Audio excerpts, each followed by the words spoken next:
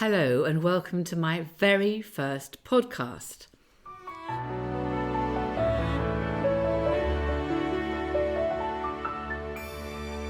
I'm sitting in my husband's office at Highclere Castle because I thought he should be my first interviewee. And of course, it's a very strange time that we're sitting here together because instead of the bustling hubbub of lots of visitors and a wonderful Highclere team in the kitchens and banqueting all the guides, there's nobody. It's just Geordie and we are living and surviving like everybody else and working with 2 or 3 other people who live on the estate. We're sitting at all the different desks trying to answer emails. Our days have never been so long and the weather has never been so beautiful outside. And it's been a miraculous spring, which I hope in some way gives us a little bit of hope going forwards.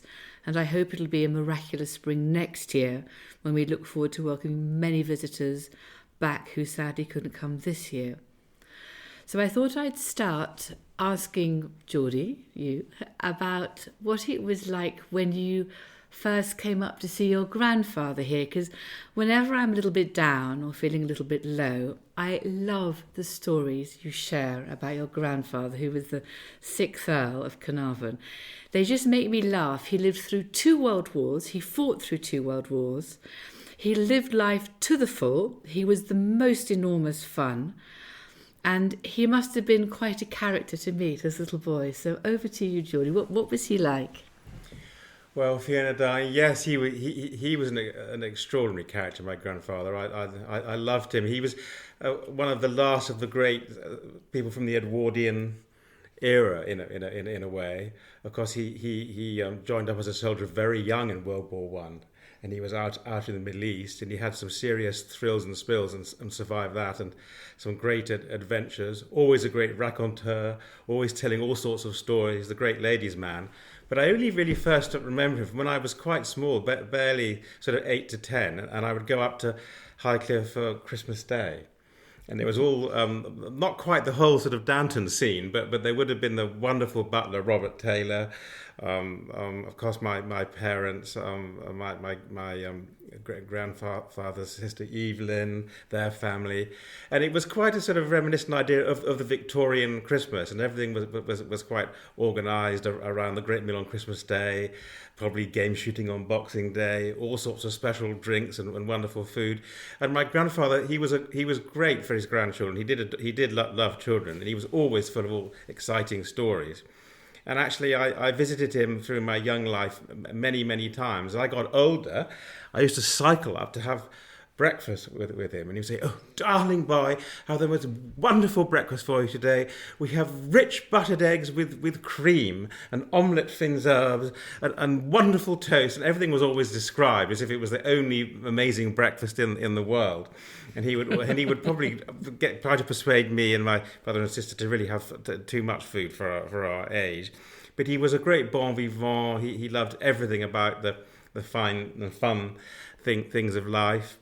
If there was a dinner party and he was offering lobster, it was specially chosen from the mouth of the Hamble River, which is down to the south of us, to the south of Hampshire, down there, and everything was always the most glorious of choices, and of course he did love life in every way. And I mean, when he was young and being a survivor of the First War, like many others at the time, they had an extraordinary time of parties and fun living and glorious cocktails and things in the 20s.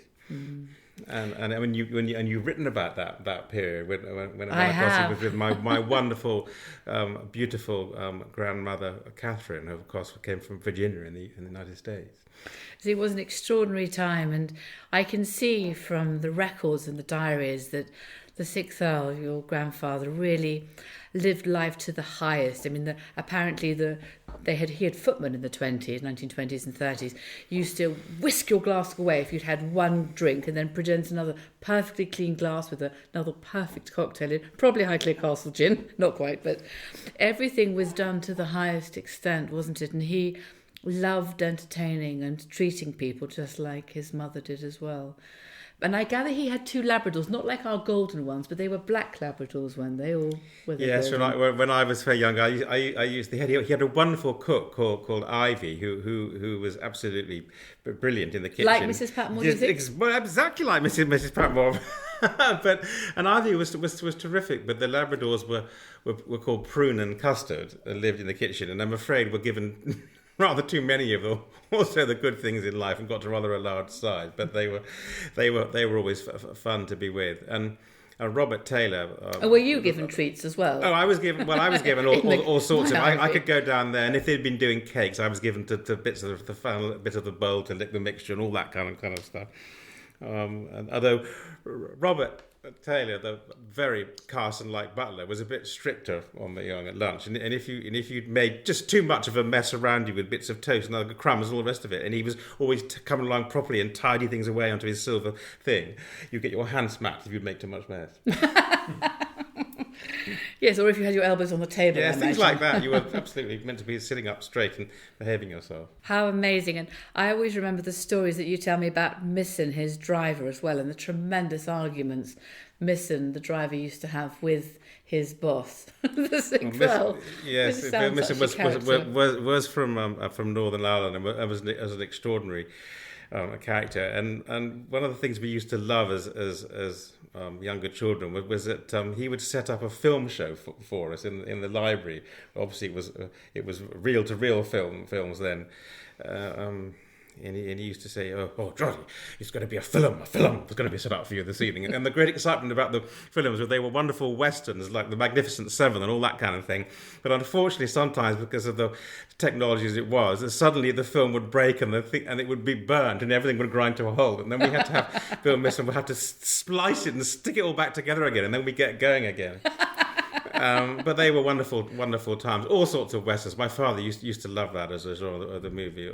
John Wayne and all his friends. But it's funny because my own father also loved John Wayne, and there's so many westerns we watched together, particularly because he liked watching them, and indeed The Magnificent Seven.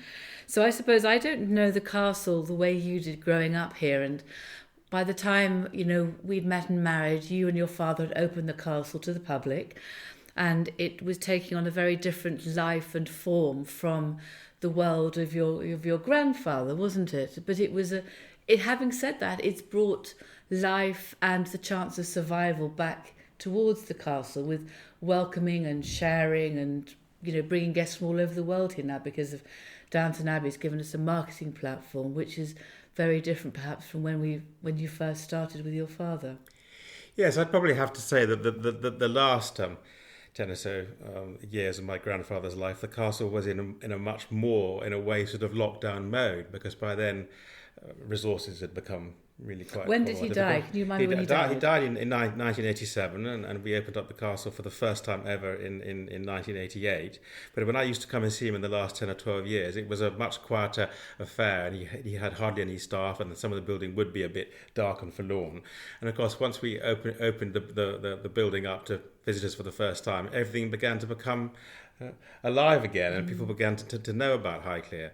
And over the years, we've done all sorts of indoor and outdoor events, and Highclere's become better known. But of course, it's really, as you absolutely say, the last 10 years since the wonderful success of Downton Abbey that we have an audience now in millions around the world. People know about the image of the building, and we welcome many people here. Of course, it's a very difficult and challenging and sad time for people now because we can't do that for the time being, but we very much hope we will be able to do so again. Yes, because we are very much people across the door. It's all about being social, enjoying afternoon tea, trying a scone with lots of Rodder's Cornish clotted yummy cream on it, having a cup of tea, and the things that bring us together as people. You and I love visiting Cornwall, and we go past that wonderful factory where they make that yellow thick cream, and it's a great thing that we can share a wonderful Highclere pot of tea with jam and the Rhoda cream. But the traditional afternoon tea, which would take us so much back to the time of my grandparents and indeed great-grandparents, and when it would have been done like that. And it's so great to be able to share that experience with so many people, but for the moment, of course, that is a little bit on hold. I was so lucky, Geordie, to meet your father and get to know him and love him and be part of his family as well as the family that we've made ourselves. Sadly, I didn't meet your grandfather, but what do you think they would both have made of Downton Abbey? Well, both men were actually of a, in a way, theatrical nature, and loved the idea of being part of a theatrical world for a moment. My grandfather and his endless telling of stories to groups large and small, and my father actually did quite a bit of amateur theatre just after the second war. So he would have loved the whole idea and the whole story. He also had a wonderful voice, singing voice, didn't he? Yes, my father did quite a bit of singing in choirs at school. Yes, he did. What was the funny story? Was it about Where'er You Walk? I can't remember. He used to never join in. No, he wouldn't come in at the right time of Bach's wonderful Jesus Joy of Man's Desiring. If you don't come in at the right time, the organist just goes round in a circle with it. But no, my father, he had friends sometimes in the edge of the world of theatre and the rest, and so did my grandfather, as you know, and they absolutely would have adored this whole idea. Really, my father would have loved it. I'm not sure they'd have been so quietly listening on the sidelines as you and I do, because we're very, very good and stay peaceful. And I have a feeling your grandfather might have given his own comments. My grandfather would have suddenly wanted to be on the sort of other side of the camera and be part of the whole thing. Yes. I think, putting in his view, but there we are. He came from a different era. I always think, though, that Highclere, for me, Geordie, acts like an anchor. Gives me a sense of place. And funny enough, the more I get to know it, the more I think about it, the more I understand and the more I love it, and then the more I get to know about it. It sort of goes round in a circle. And I think many people possibly think that it is, in fact, a Victorian or Edwardian castle. But what I love is the fact that there's been a home here for at least 1,200 years.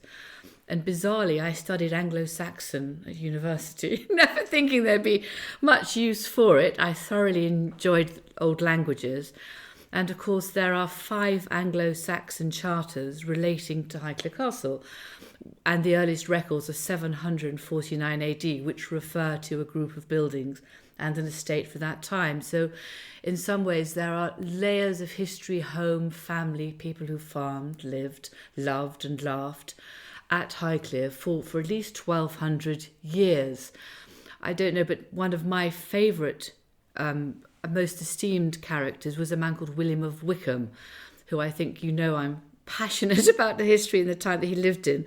His dates were 1324, I think, until 1404. So when Edward III was on the throne, and he was a poor yeoman farmer's son who became Bishop of Winchester, the second richest man in the country at the time, and he built a palace at Highclere, taking the buildings that were there and extending them, creating the Monk's Garden we love today, shaping the landscape which was later shaped by Brown and your ancestors. And he did so much for the local communities, creating education, creating homes, building Winchester College, New College, Oxford. He built roads. He cut a lot of oak trees down at Highclere to build New College in Oxford, the oldest college in Oxford University. And I think some of the roofs there have still got oaks from Highclere in it. So you go from that time. And of course, which is relevant today, we had the plague sweeping up from Southampton in 1348. Again, people were trying to understand how it's transmitted, how it happened, how to stay safe.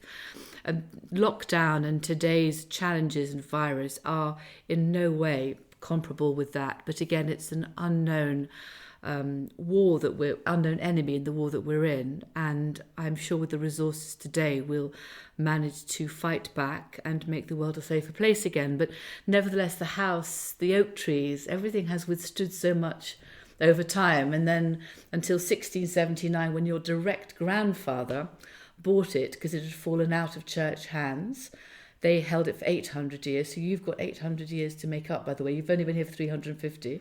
But from 1679, that was your great-grandfather who bought a beautiful red brick place house and then created a more formal 18th century garden around it in the succeeding 50 or 60 years through his son, Robert Herbert. And then, of course, after that, Colonel Henry Herbert, who became the first Earl of Carnarvon, built the Georgian house and the Capelty Brown Park in which there's a corner of the gardens which still exists today, and it became the world that your family then began to inhabit and continue their life in. So do you want to take up the story from the first Earl? The glory of Highclere in a way is its long history and the sense of place you get from being here, going all the way back to when you climb up Beacon Hill and the other side of Siddon Hill. And I haven't gone nearly back far enough yet. No, right. But you see the ancient Iron Age fort. So there's a wonderful history of human habitation at Highclere. Of course, my ancestor Robert Herbert, who the first Herbert here, who loved to create follies, which we have a challenge with today. Yes. There's about 8 of them. It's the wonderful buildings in the landscape, which we've been looking after. But then, of course, the first... the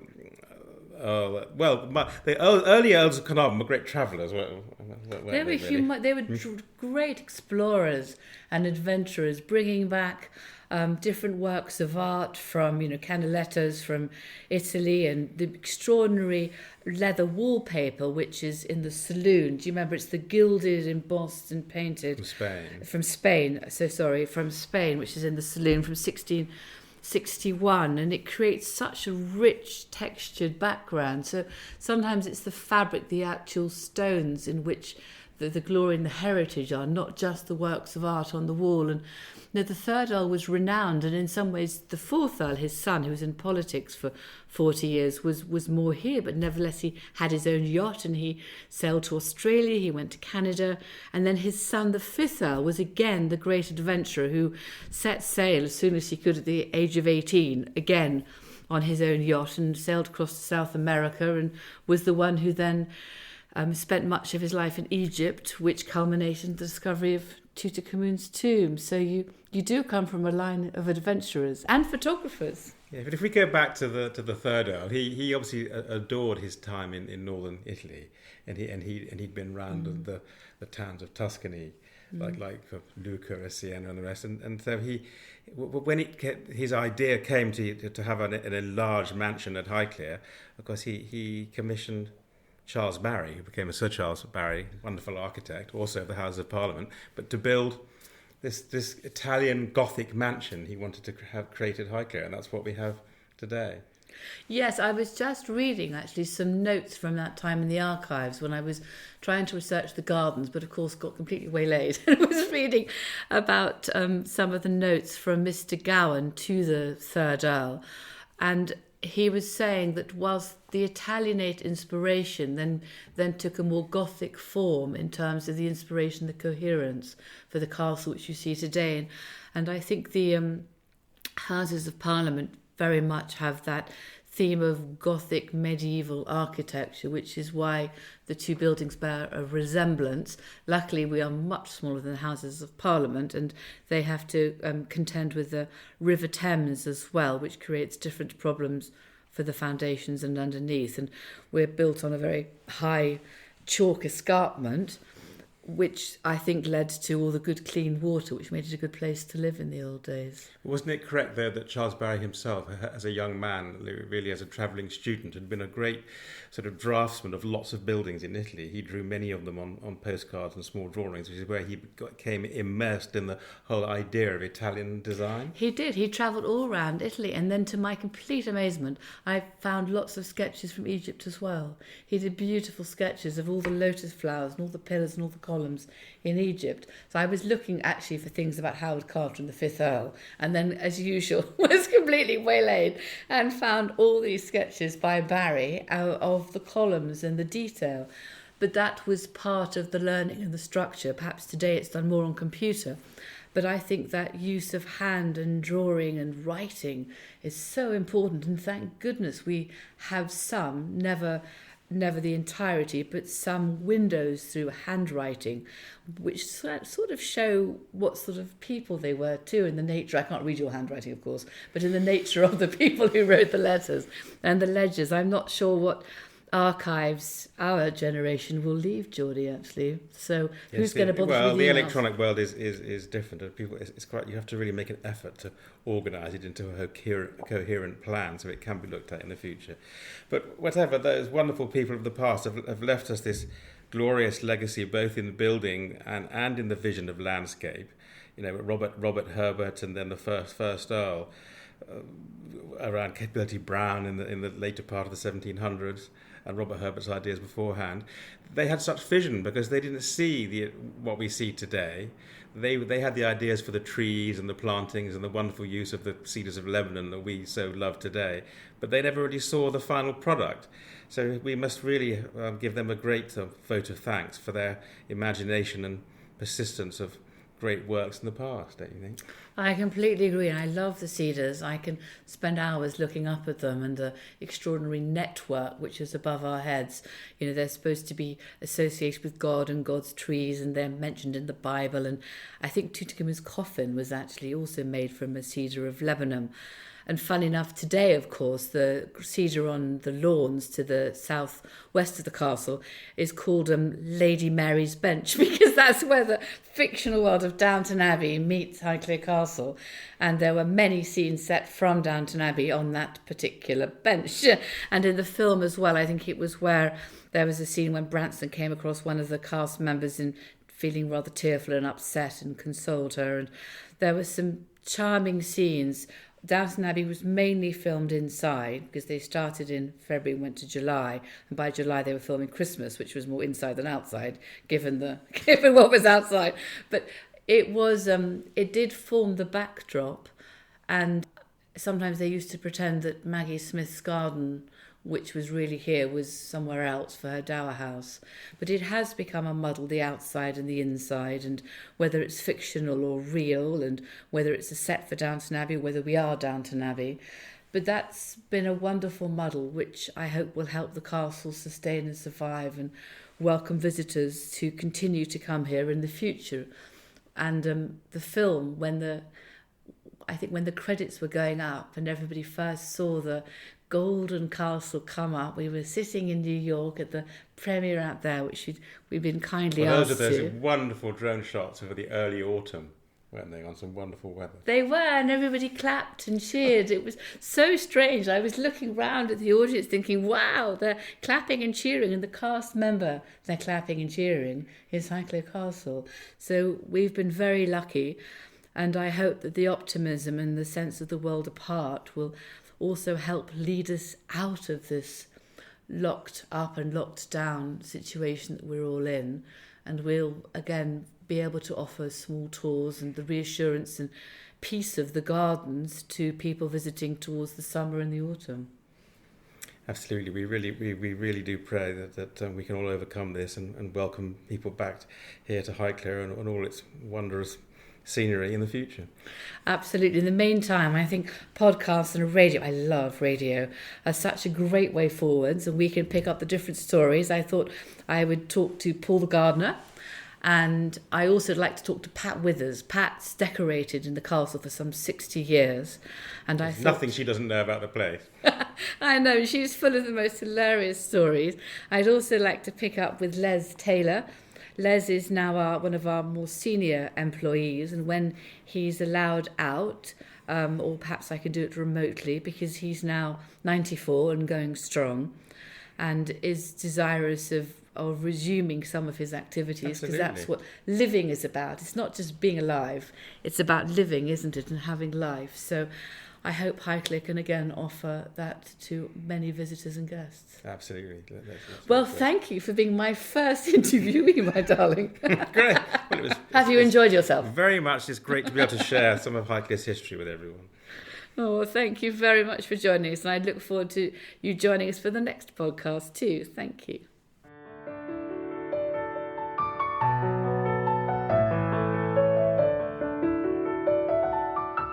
And just to say, please do subscribe to this podcast.